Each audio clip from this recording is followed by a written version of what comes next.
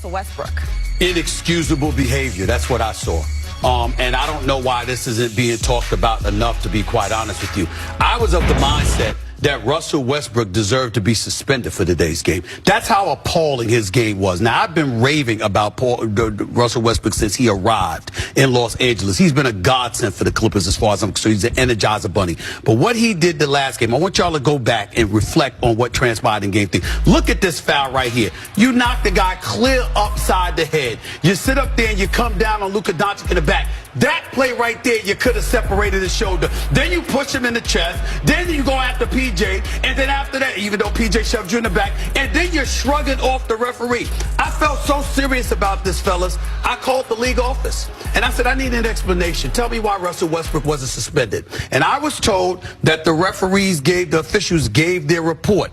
And every indication in writing that they provided said, we handled this. He got a couple of technicals, plus a flagrant one, plus he was ejected, plus no one was injured. So we took all of those things into consideration. That's why we didn't suspend him. And I stood down. I said, that makes total sense. I'm glad. But they said, if it had been the regular season, the likelihood is that they might have had a different decision. But it's the playoffs, and because of how important it is, you can't just do that. But Russell Westbrook, mad love and respect him most times. I was so disappointed in the way that he played the other day. Kawhi Leonard is hurt. Paul George and him combined for 16 points. They're averaging 29 points per game together. Jalen Rose said, since day one, I'm so grateful that I choose to put on for my culture, ride or die versus being a media coon.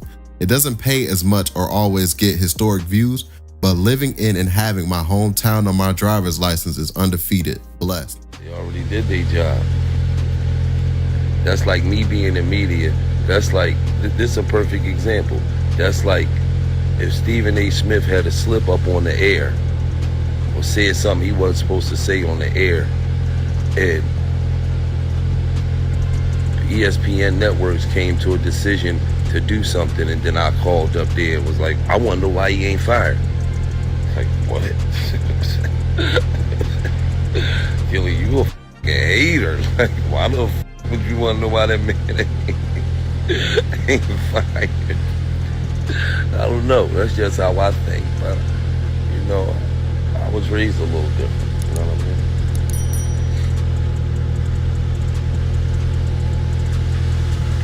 I'm not trying to get nobody suspended. I'm not trying to get nobody fired. I would never, you know what I mean? And I don't even know if that was his intentions, but that's what he said. I was mad. I called up there and I'm like, damn. Don't work for the league. What make you think you got the power to call and get somebody suspended? So you opening more doors to thinking now, okay, the times when you done went on TV and spoke bad about me and other players, you called and put your vote in to get people suspended? Is that what you saying? Like that's crazy that you would openly say that. So for him to kind of go over there and do that and make that call, that shit just didn't sit well. And again, I mean, Stephen A. is our brother. And Jack, I think that that's why this era is so dope, I feel like, in media, because he used to just be able to say that and let the shit ride. And no one could say nothing to him because no one else had platforms. And again, we got a lot of love for Stephen A. Smith. We don't fuck with Whitlock, but I got a lot of love for Stephen A. I fuck with Stephen A. But sometimes he says some shit that's just like, come on, bro. You know better than him. He a snitch. You snitching, bro. You called the league and told it, nah, f that, man. You called the league and tried to get that man suspended. That was the league decision. You don't do no shit like that, bro. You don't do no shit like that. That's the weakest shit ever. I'm sorry, bro. I'm not with him no more. Y'all can be your homeboy. I can't with no shit like that, dog. Russ is my partner. And you know, I'm one of the people that's been going to bat for Russ. I didn't hang with Russ. Me and Russ never went out to eat or nothing like that. I'm standing up for Russ on some real nigga shit. That was the weakest shit he could have ever done, was call the league and ask why somebody not suspended, dog. Fuck that. Part of handling it is addressing people on the level they need to be addressed. And that is when it comes to Stephen Jackson. Now, I say Stephen Jackson because Matt Barnes, who will be on shortly, addressed me in a fashion as somebody who had a real problem with what I said and what he interpreted me saying. And again, that's on me. Stephen Jackson went in. But what he said about me when it came to Russell Westbrook really raked my nerves. He called me a snitch. Now, Steven Jackson, I could ask you, were you high? Let me take a look before I ask again. Pardon my language. I don't give a fuck that you don't want to fuck with me no more. I apologize to everybody that don't like me using that language. I just want to say that. Where's your facts, Stack? Where's your fact? Where's your facts? I have the facts, so let me give them to you. Nobody's hiding. Russell Westbrook should have been suspended.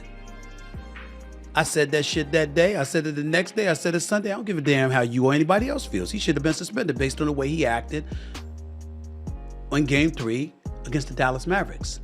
That is not why I called the league. I called the league because we have a show called NBA Countdown.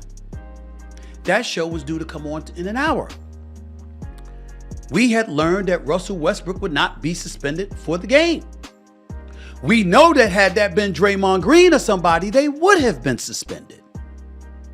So I called to find out and decipher what was the reason for him not being suspended.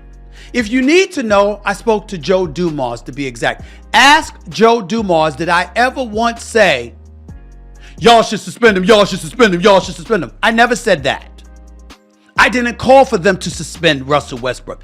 I called for clarification to decipher the difference between what would have definitely occurred with a suspension and why it didn't occur in that case, so I could provide an explanation over the airwaves of NBA Countdown, which is my job.